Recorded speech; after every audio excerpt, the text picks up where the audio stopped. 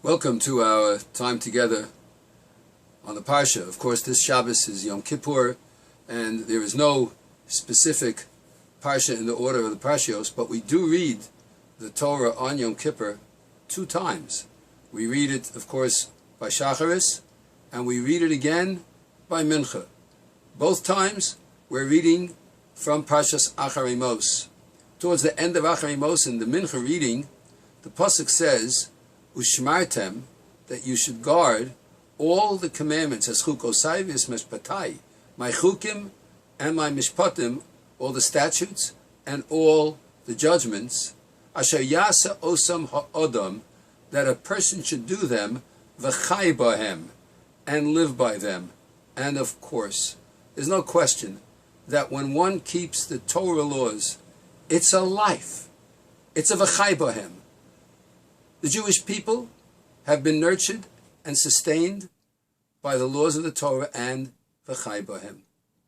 There's also no question that when we talk about v'chai bahem, we have to go to the Gemara.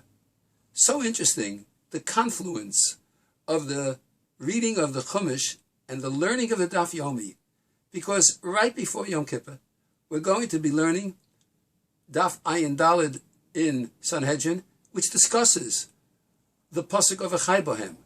V'chai bahem, says the Gemara, and Rashi quotes it, v'lo sheyamas behen. You're not supposed to die by them. Therefore, if someone tells you, transgress any of the commandments of the Torah, or I'll kill you, you have to go and transgress. If he tells you to transgress Shabbos, you don't keep Shabbos. If he tells you to eat non-kosher, you eat non-kosher. If he tells you to do any of the commandments of the Torah with the exception of 3 commandments, aside from those 3 commandments, no matter what he tells you to do, if your life depends on it, under many circumstances, you give up the doing of the commandments and you keep your life. Because Hashem loves the life of the Jew. And he doesn't want the Jew to die by the commandments, but to live by them. The 3 that are exceptional to that rule are if someone tells you to bow down to idols, avodah zarah, or to commit immorality, gilu arayos, or to kill another person. Now, avodah zarah and gilu arayos are learned out from various psukim. It's interesting that when it comes to murder, the Gemara says that you can't murder another person because sevarahu. It's logical. What makes your life any more valuable than another person's life? Of course, part of that logic is that Hashem doesn't want any Jew not to be alive, but when someone takes another's life, there's a Jew that's not alive and there's a Jew that committed a murder. While if you give up your life, it's true, a Jew lost his life, but no Aveira was committed. Such an interesting concept, that there's a sfara, a logic. The other person's life is not more value than your life. You're both the same. Who says your blood is better than another person's blood?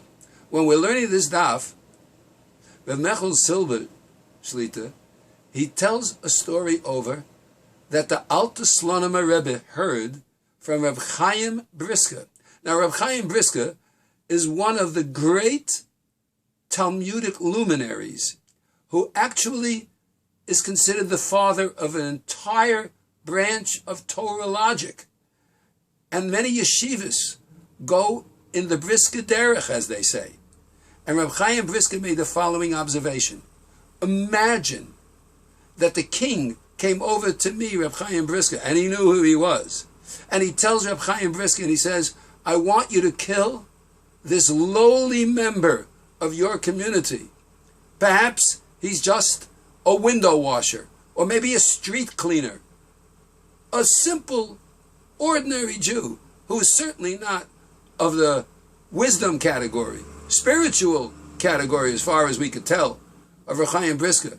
Reb Chaim says, The Torah is telling us your blood, you the great Talmid Chacham, so to speak, you the leader, your blood is no redder than his. You have no more right to live than him, because Hashem values each and every Jew, no matter who he or she is, of equal value. And the value of the person, of the Jewish individual, is so valuable before Hashem that no one has the right to say, I am any better than anybody else. When we come to Yom Kippur, one of the outstanding qualities of Yom Kippur is that we are extremely valuable in Hashem's eyes.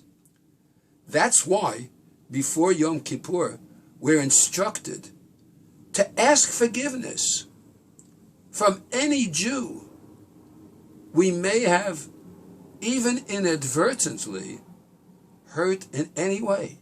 And it's the custom of so many to say a general blanket, I hereby forgive, I'm mochel, anyone who ever may have insulted me willingly, knowingly, or even unknowingly. Certainly, I grant forgiveness so that each and every one of us can come before Hashem on Yom Kippur and achieve the guarantee, ki bayom hazeh yichaper aleichem l'tar eschem mikol chatosechem l'fnei Hashem tetoru. Because on this day, you have come to be purified. And Hashem guarantees that anyone who does tshuva on this day, anyone, no matter what the past, no matter what stature of Jewish life they may be in, anyone who does a fair and honest tshuva and repents on this day is guaranteed to be forgiven. And we want everyone to get that forgiveness. And so, because none of our lives are any better than any others, we do the best we can to recognize the extreme Torah value, the godly value of each and every Jew, whether it's the Rosh Yeshiva, it's the Reb Chaim Brisker, or it's the simple cook, or cleaning person, handyman, computer analyst, accountant, doctor, professor, rabbi. It doesn't matter. Each and every one of us is as valuable as everyone else. Both men and women are extremely valuable in Hashem's eyes. And each and every one, each and every human being, each and every Jew is extremely valuable. And when it comes to this Yom Kippur, let's hope and pray that Hashem grants that great forgiveness to us as individual Jews, to the community, to our country, to Eretz Yisrael, to all the Jews worldwide, so that we all come before God in purity and have a Gemar Chasima Tova. My best wishes to each and every one of Klal Yisrael for a wonderful, healthy, and happy, and a Gemar Chasima Tova New Year.